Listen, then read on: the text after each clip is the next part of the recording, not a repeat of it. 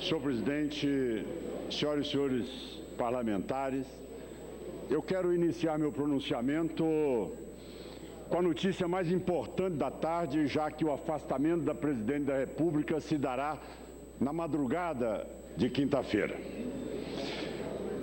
O ministro Teori Zavascki, ao examinar o pedido de suspensão da tramitação do pedido de impeachment da presidente da República, em resumo, proferiu o seguinte voto: é o Senado que, entre aspas, assume o papel de tribunal de instância definitiva, cuja decisão de mérito é insuscetível de reexame, mesmo pelo Supremo Tribunal Federal.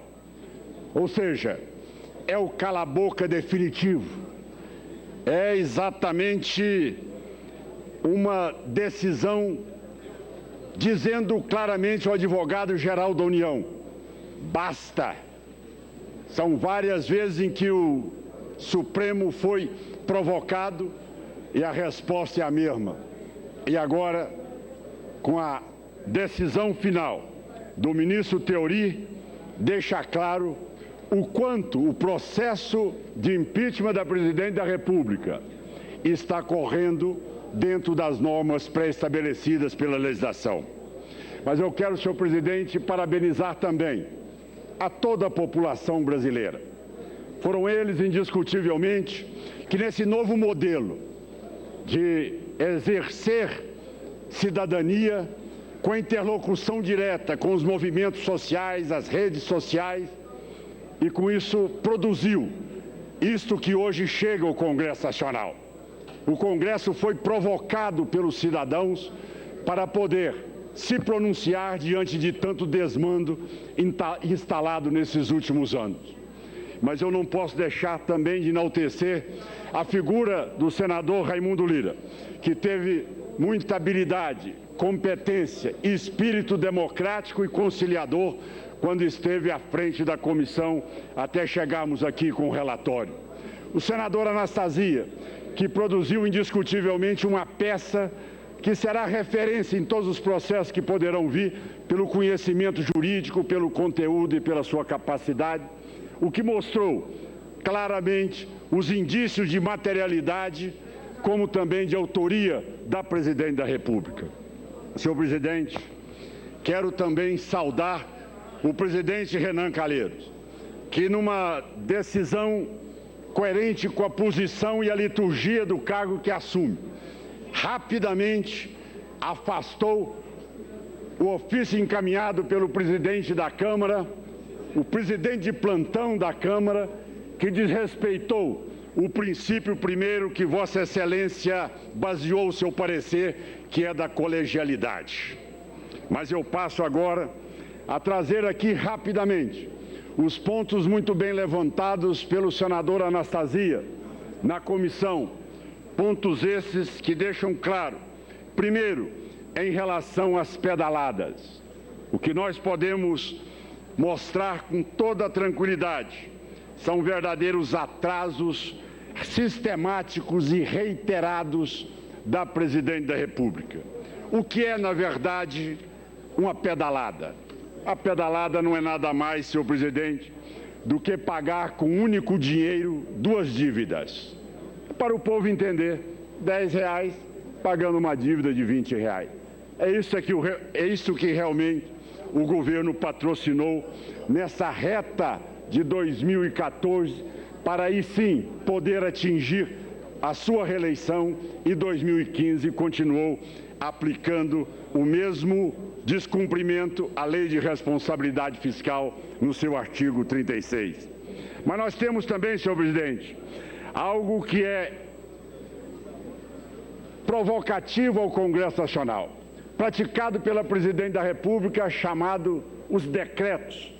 Esses decretos, esses créditos suplementares assinados pela presidente da República, sem dúvida nenhuma tratando o Congresso Nacional como se fosse um anexo do Palácio do Planalto, sem respeitar aqui a necessidade de ter todos os seus PLNs aprovados antes de poder baixar os seus decretos.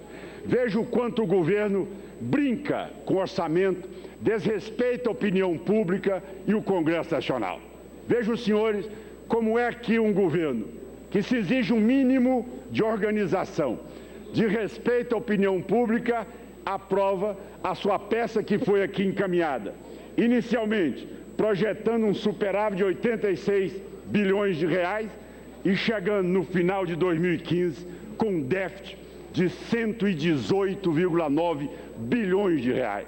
Quer dizer, isso é uma ficção, é uma total irresponsabilidade, sabendo o governo que estava ali aplicando e assinando decretos que não tinham o menor respaldo do ponto de vista orçamentário. Senhor presidente, é importante que seja dito também que este orçamento, ele foi responsável por aquilo que é tentar anestesiar a sociedade brasileira, tentar vender para a sociedade brasileira uma realidade que não procede.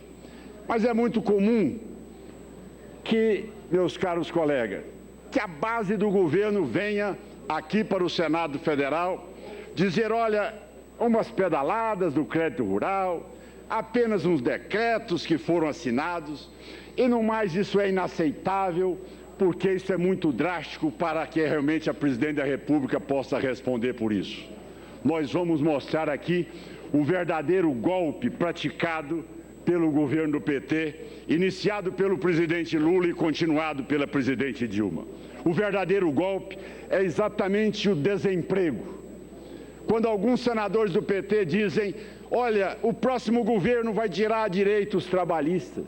Meus senhores, o PT assinou o AI-5 mais danoso no país, decretou o fim de 11 milhões e 100 mil empregos.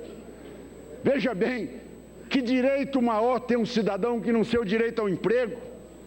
Foi tirado exatamente pelo PT nesses últimos 13 anos que está à frente do país. Os programas sociais, aí ele diz, mas os programas sociais serão impedidos pelo próximo governo. Vamos ver o que diz o CIAF, vamos ver o que diz exatamente o que é a previsão do atual governo. Baixou em 87% a creche, Pronatec em menos 62%, aqui exatamente o Minha Casa Minha Vida menos 74%, aqui as rodovias e infraestrutura menos 28%, saneamento básico 74%, gestão de riscos e problemas de desastres 79%, as UPAs, Unidade Básica de Saúde, menos 40% e a segurança em menos 20%. Este é o governo do PT que com demagogia e populismo se elegeu, prometendo para o cidadão aí céu de brigadeiro, sem inflação, sem desemprego. Mas vamos mais, além dos programas sociais que todos aqui viram, nós vimos e repito aqui, aquilo que a presidente Dilma se colocava como a madrinha, que era o projeto do Minha Casa Minha Vida. Vocês sabem, senhores telespectadores e brasileiros, que agora o cidadão que pagava uma prestação mínima de R$25 vai pagar uma prestação mínima de Minha Casa Minha Vida de R$80. O que pagava R$80 vai pagar agora R$270 a partir de 1º de julho. Ou seja, um aumento de 238%.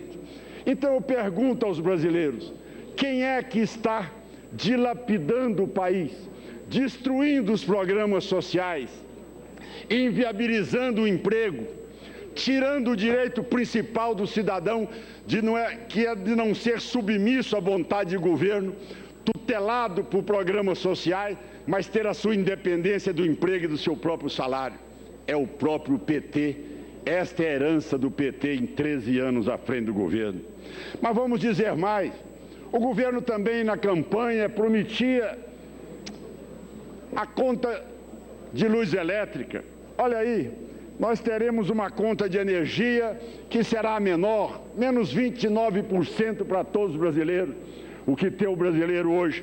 Um aumento de 64% de 2014 até agora. A gasolina aumentou em 26,4%.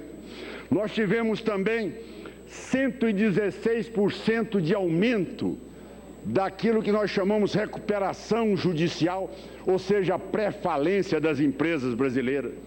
303 mil empresas fecharam no país nesses últimos 18 meses. Nós estamos assistindo um recuo na produção da indústria de 11%. Nós estamos vendo a queda do PIB nos 2 anos, 2015 e 2016, de menos 8%. Como se diz no interior, cresceu para baixo. É o governo do PT nesses últimos anos à frente do governo. Mas eu concluiria, presidente. Nós temos também a tese dos aposentados, que eles dizem serem defensores dos trabalhadores e dos aposentados. Vejam, senhores, o que fizeram com os fundos de pensão, o postales dos Correios. Todo cidadão hoje, nativo e aposentado, vai ter que ter um desconto obrigatório de quase 18% na sua folha de pagamento para ter a garantia da sobrevivência do fundo. Extorquiu, solapou, corrompeu todos os fundos responsáveis pela aposentadoria de milhões de brasileiros. Senhor presidente, a Petrobras se transformou da 4ª maior empresa do mundo na maior devedora. Assume hoje uma dívida de 490 bilhões de reais. A Eletrobras, falida, quebrada, com 48 bilhões de reais e sucateada.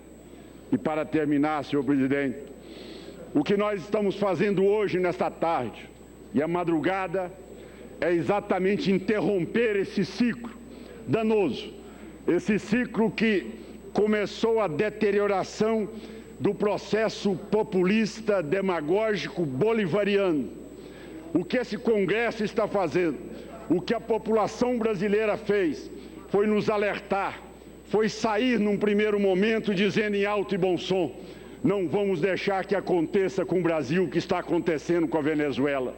Um país que só funciona 2 dias por semana, que o cidadão só pode comprar e adquirir a sua cesta básica, que só tem energia em alguns pontos da capital. Enfim, é um processo que nós vimos acontecer na Argentina, se estender para a Bolívia, chegar à Venezuela e grande parte da América Latina. Nós estamos interrompendo esse processo, interrompendo numa hora onde o brasileiro não admite assistir aquilo que nós estamos vendo. A presidente querer transformar o Palácio do Planalto, o salão nobre do Palácio do Planalto, como se fosse um centro acadêmico pichado, com faixas realmente condizentes com aquele espírito menor de um partido e de uma presidente que não conhece a liturgia do cargo de presidente da República. Senhor presidente, é a interrupção das estradas, é o Brasil convivendo com o ódio, com a violência e com o terror implantado nas últimas horas, tentando trazer para o país a vontade de 578 mil fantasmas que recebem pelo INCRA no país e que, no entanto, não trabalham e não participam da atividade do dia a dia. Para encerrar, senhor presidente, é exatamente com o objetivo de trazer a paz, a tranquilidade, unir o país, conciliar essa nação, é que nós votaremos com toda a tranquilidade hoje, sim, pela admissibilidade do afastamento da presidente da República e um novo governo que venha tirar o país dessa situação de frangalhos que o PT nos impôs. Muito obrigado, senhor presidente. Era o tempo que me tinha. Conceda a palavra ao senador Zezé Perrella. Vossa Excelência dispõe de até 15 minutos.